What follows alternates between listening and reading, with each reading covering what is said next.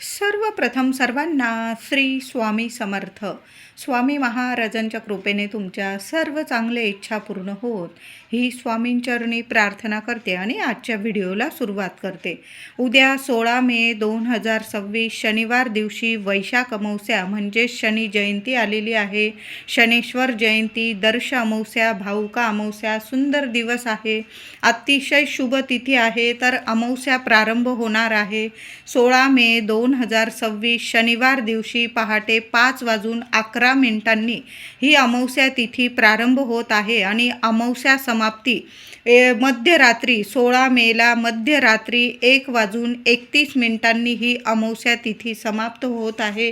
तर संपूर्ण दिवस रात्र ही अमावस्या तिथी असणार आहे. बघा, शनिवार आणि शनी जयंती मोठी अमावस्या आहे. वर्षाची सर्वात मोठी अमावस्या वैशाख अमावस्या आणि शनी जयंती ही तिथी अत्यंत शुभ तिथी मानली जाते.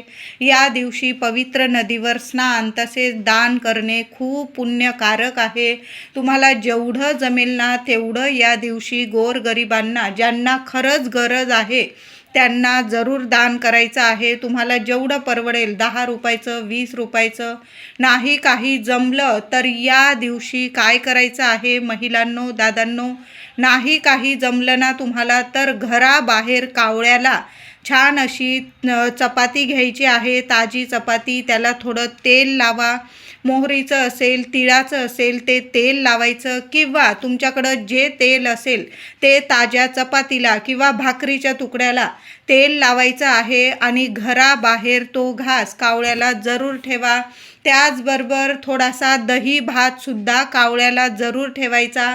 यामुळे काय होतं, पितृसुद्धा प्रसन्न होतात आणि शनी महाराजांची कृपासुद्धा आपल्याला प्राप्त होत असते. बघा, शनी महाराज हे न्यायाचे देवता आहे. चांगल्या व वाईट कर्माचे फळ देणारी देवता असेल तर ती म्हणजे शनिदेव. शनी महाराज हे शिस्तप्रिय देवता आहे. तुम्ही जर कर्म चांगले ठेवले असेल तर शनी महाराज भरभरून कृपा करतात आणि कर्म जर वाईट असेल तर शिक्षाही लगेच करतात. म्हणून कायम आपले कर्म चांगले आणि स्वच्छ ठेवा आणि मग बघा शनी महाराज कायम कृपा करतील तुमच्यावर. तर शनी जयंती आणि वैशाख अमावस्या मोठा दिवस आहे. सर्वात मोठी अमावस्या ती म्हणजे शनी जयंतीची अमावस्या असते. तर महिलांनो, दादांनो, या दिवशी लवकर उठायचं आहे आणि आंघोळीच्या पाण्यात प्रत्येकाने थोडीशी काळी तीळ टाकून आंघोळ करायचं आहे. कितीही शारीरिक मानसिक त्रास असतील ते सुद्धा नष्ट होईल. काही पितृदोषामुळे अडचणी येत असतील, काही बाहेरील बाधा असेल किंवा काही ग्रहदोष असतील, अडीअडचणी, नजरबाधा झालेली असेल, संपूर्ण नष्ट होईल आणि तुम्हाला चांगले परिणाम दिसून येतील. म्हणून चिमूटभर काळी तीळ टाकून आंघोळ करा आणि थोडंसं गंगाजल टाकून आंघोळ करायचं आहे. कारण अमावस्या तिथी आणि ती पण वैशाख अमावस्या, शनी जयंतीची अमावस्या आहे. पवित्र नदीवर स्नान करणे खूप महत्त्वाचं मानलं जातं. आता प्रत्येकालाच तीर्थक्षेत्री जाऊन स्नान करणं जमत नसेल तर आपण घरातल्या घरात सुद्धा एक छोटीशी बॉटल आणली तुम्ही गंगाजलची, ती थोडंसं टाकलं, चिमूटभर काळी तीळ टाकली तरीही चालेल. प्रत्येकाने अगदी लहानांपासून मोठ्यापर्यंत तुम्ही हा उपाय करू शकता. तर चिमूटभर काळी तीळ आणि गंगाजल टाकून आंघोळ करायची आहे. महिलांनो, घरदार स्वच्छ करा. आपल्या उंबरठ्यावर सुद्धा हळदीचं लेपन करा किंवा गोमूत्राने उंबरठा पुसून घ्यायचा. हळदी, कुंकू, फुलं वाहून उंबरठ्याची पूजा करा. लहान का होईना उंबरठ्याशी रांगोळी काढायची आहे अंगणामध्ये आणि उंबरठ्यावर तुम्हाला एका साईडला जरी तुम्ही थोडीशी कापरावर थोडीशी काळी तीळ घ्या मातीच्या पंतीमध्ये आणि त्यावर थोडासा कापूर ठेवून द्यायचा आहे. दिवसभर ठेवून द्यायचा आहे. संध्याकाळी काय करायचं आहे, ती तीळ असेल, ती मातीची पंती असेल, ती घराबाहेर जायचं आहे घेऊन आणि ती तीळ आणि तो कापूर जाळून टाकायचा आहे आणि जे काय उरेल ते घराबाहेर एखाद्या कोपऱ्याला टाकून द्यायचं आहे. सकाळीच तुमच्या घराच्या मुख्य उंबरठ्याची पूजा करा. एका मातीच्या पंतीमध्ये किंवा भांड्यामध्ये थोडीशी तीळ काळी तीळ आणि थोडासा कापूर, 1 तुकडा 2 तुकडा कापराचे ठेवून द्यायचा आहे. एका साईडला ठेवा म्हणजे कुणाचा पाय लागणार नाही. दिवसभर राहू द्या. ऐन संध्याकाळी किंवा थोडी रात्र झाली चालेल, कारण या दिवशी 16 तारखेला संपूर्ण दिवस रात्र ही अमावस्या तिथी असणार आहे. दिवसभर ती वस्तू त्याच आपल्या उंबरठ्यावर राहू द्या. संध्याकाळी किंवा तुम्हाला जेव्हा वेळ मिळेल रात्रीच्या आत त्या वस्तू घराबाहेर जाळून टाकायच्या आहे आणि उरलेल्या वस्तू एखाद्या झाडाखाली टाकून द्या. तुमच्या घराला लागलेली नजरबाधा असेल, काही इडापिडा असेल, शत्रुपीडा असेल, कुणाची खरोखर नजरबाधा लागली तर खूप अडचणी येत असतील तर हा उपाय प्रत्येकाने करायचा आहे. काही पितृदोष, वास्तुदोषामुळे सुद्धा अडचणी येत असतील, आर्थिक अडचणी असतील तर आवर्जून शनी जयंतीच्या दिवशी थोडीशी काळी तीळ आपल्या उंबरठ्याची पूजा करून झाल्यानंतर एका मातीच्या पंतीत ठेवा. त्यावर 2 कापराचे तुकडे ठेवा. संध्याकाळी त्या वस्तू घराबाहेर न्या. कुणाशीच बोलू नका तुम्ही काय करताय काय नाही. त्या वस्तू जाळून टाका. 5 मिनिटच लागणार आहे तुम्हाला आणि उरलेलं साहित्य असेल त्यातलं एखाद्या झाडाखाली टाकून द्या. निर्माल्यात टाका. कुणाचा पाय पडणार नाही याची काळजी घ्यायची आहे. या दिवशी काळ्या रंगाचा कुत्रा जर तुम्हाला दिसला, सकाळी दिसो संध्याकाळी दिसो, त्याला काय करायचं आहे, 1 ताजी चपाती पक्ष्यांना, कावळ्याला अन्न द्याल या दिवशी तर शिळं अन्न चुकून सुद्धा देऊ नका. गाय असेल किंवा कुत्रा असेल तर त्याला सुद्धा तुम्हाला ताजंच अन्न द्यायचं आहे. एक वेळ आपण उपाशी राहिलो चालेल, पण शनी जयंती, वैशाख अमावस्या मोठी तिथी आहे. या दिवशी जेवढी सेवा करता येईल ना तेवढी जरूर करा. कावळ्याला तर आवर्जून घास खाऊ घालायचा आहे.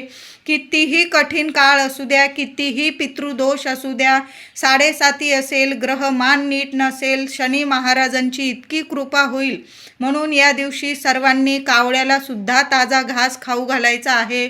दही भाताचा घास खाऊ घाला, चपातीला भाकरीला तेल लावून खाऊ घाला, पण आवर्जून खाऊ घाला. त्याचबरोबर काळ्या रंगाचा कुत्रा जर दिसला तर त्यास सुद्धा ताजी चपाती किंवा भाकरी घ्या, त्याला तेल लावा आणि स्वतःच्या हाताने खाऊ घालायचा आहे. आता प्रत्येकालाच काळा कुत्रा मिळणार नाही.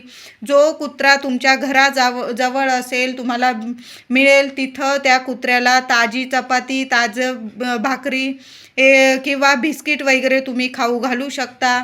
आनंदाने मनापासून ही सेवा करायची आहे. गाय दिसली तर गाईला सुद्धा ताजी चपाती, तूप गूळ लावून खाऊ घालायचं आहे. गाईला चपाती खाऊ घालताना तेल लावू नका. गाईला जी चपाती द्याल ना तिला तूप आणि गूळ लावून खाऊ घालायची आहे. कुत्र्याला आणि कावळ्याला जेव्हा चपाती खाऊ घालाल तेव्हा त्यास तुम्हाला तेल लावायचं आहे. कळालं असेल सर्वांना. या दिवशी शनी जयंतीच्या दिवशी आपल्याला प्रत्येकाला शनी मंदिरात जायचं आहे. काही ठिकाणी शनी मंदिरात महिलांना प्रवेश असतो, काही ठिकाणी नाही. बऱ्याच ठिकाणी नाही महिलांना प्रवेश दिला जात.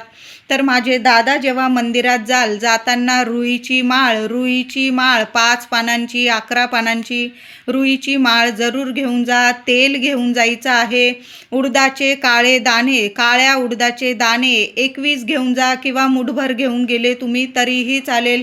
काही ठिकाणी परंपरेनुसार महिला शनी मंदिरात जात नाही, तर मग घरातील पुरुष मंडळींनी जरी या दिवशी सेवा केली तरीही चालेल. 7.5 आहे, अडचणी आहे, दुःख आहे, पीडा आहे, आजारपण आहे, त्यांनी शनी जयंतीला एका पंतीत तेल घ्यायचं आहे. कळालं असेल. ज्यांना खूप त्रास आहे त्यांनी काय करायचं, एका मातीच्या पंतीत किंवा वाटीत तेल घ्यायचं आहे आणि तुमचा चेहरा त्या तेलात निरखून बघायचा आहे.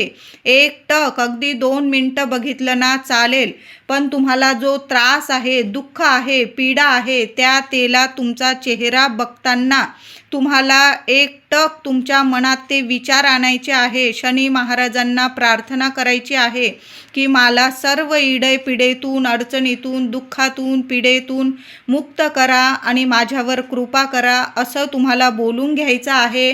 आणि त्या व्यक्तीने ते तेल शनी मंदिरात जाऊन जी मोठी पंती असते, दिवा असतो, त्यात ते तेल टाकून द्यायचं आहे. आता शनी मंदिर नसेल तर मग तुम्ही मारुती मंदिरात, हनुमान मंदिरात जरी जाऊन ते तेल टाकून आला, चेहरा बघितलेलं, ज्या व्यक्तीला त्रास आहे त्या व्यक्तीने स्वतः तेलामध्ये चेहरा स्वतःचा बघायचा आहे आणि ते तेल तुम्ही शनी मंदिराच्या मोठ्या दिव्यामध्ये, मारुती मंदिराच्या दिव्यामध्ये किंवा हनुमान मंदिराच्या दिव्यामध्ये टाकून यायचं आहे. देवांच्या चरणी टाकू नका.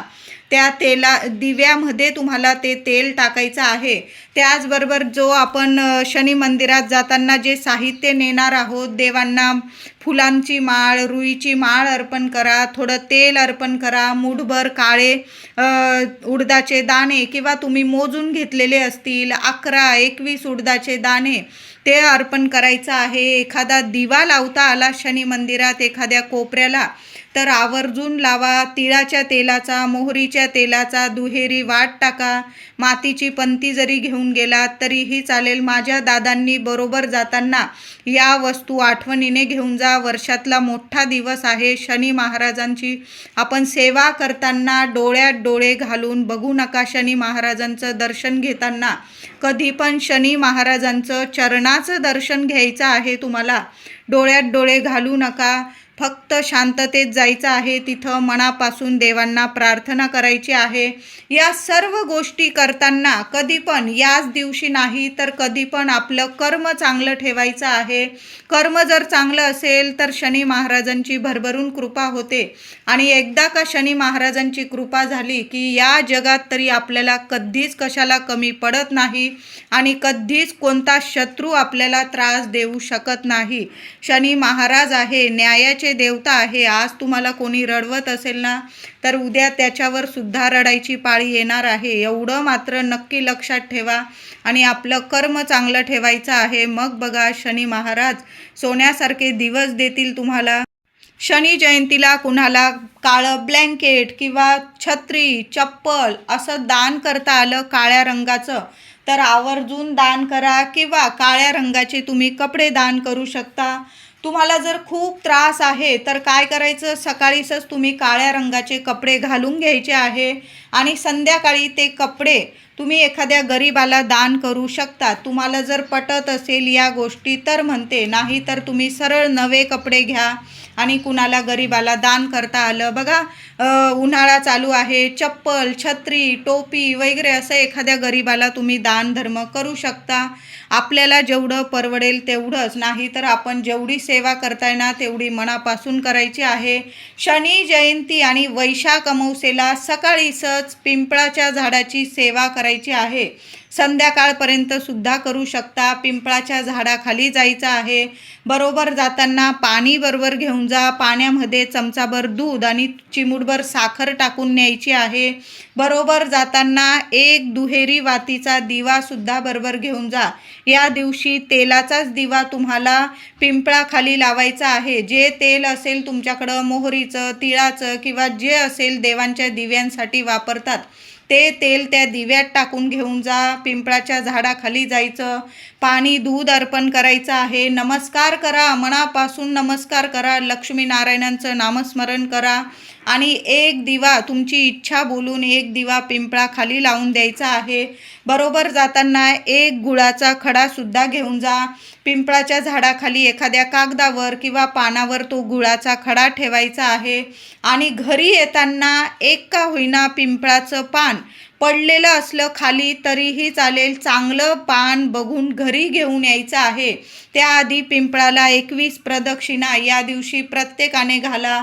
नाही जमलं किमान 11 प्रदक्षिणा तरी पिंपळाला जरूर घाला आणि पिंपळाला प्रदक्षिणा घालताना ओम नमो भगवते वासुदेवाय नमः, ओम नमो भगवते वासुदेवाय नमः, ओम श्रीं नमः, ओम श्रीं नमः लक्ष्मीनारायणांचा मंत्र जपा.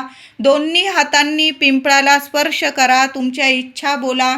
कितीही कडक पितृदोष असू द्या किंवा कितीही ग्रहमान तुमचे वाईट असू द्या, पिंपळ पूजन शनी जयंतीच्या दिवशी प्रत्येकाने करा. बघा शनी महाराजांनी साक्षात आशीर्वाद दिलेला आहे की जी व्यक्ती शनिवारी पिंपळ पूजन करते त्या व्यक्तीला माझा भरभरून आशीर्वाद असतो आणि लक्ष्मीनारायणांची कृपा त्या व्यक्तीस प्राप्त होत असते.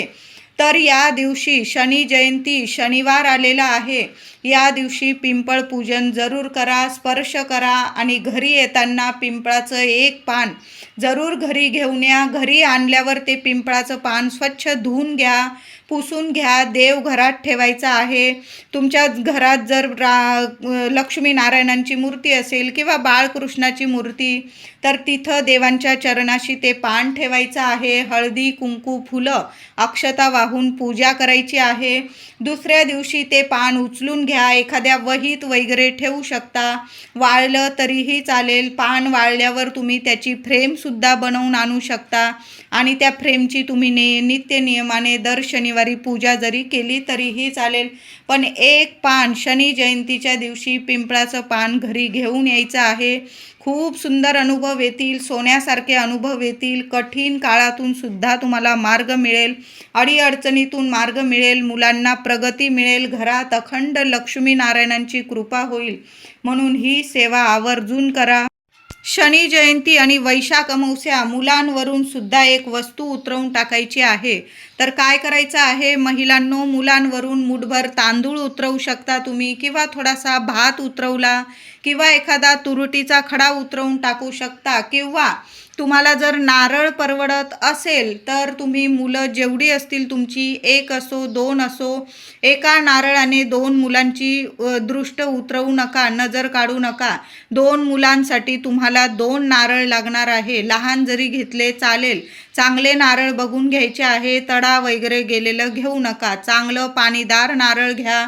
मुलाला पूर्व पश्चिम उभं करा. मुलाच्या डोक्यापासून पायापर्यंत ते नारळ नीट 7 वेळा उतरवून घ्यायचा आहे. शेंडी मुलाकडं आली पाहिजे अशा पद्धतीने नारळ पकडायचा उजव्या हातात आणि मुलावरून 7 वेळा तो नारळ ओवाळून घ्या आणि घराबाहेर डस्टबिनमध्ये नारळ टाकून द्यायचा आहे.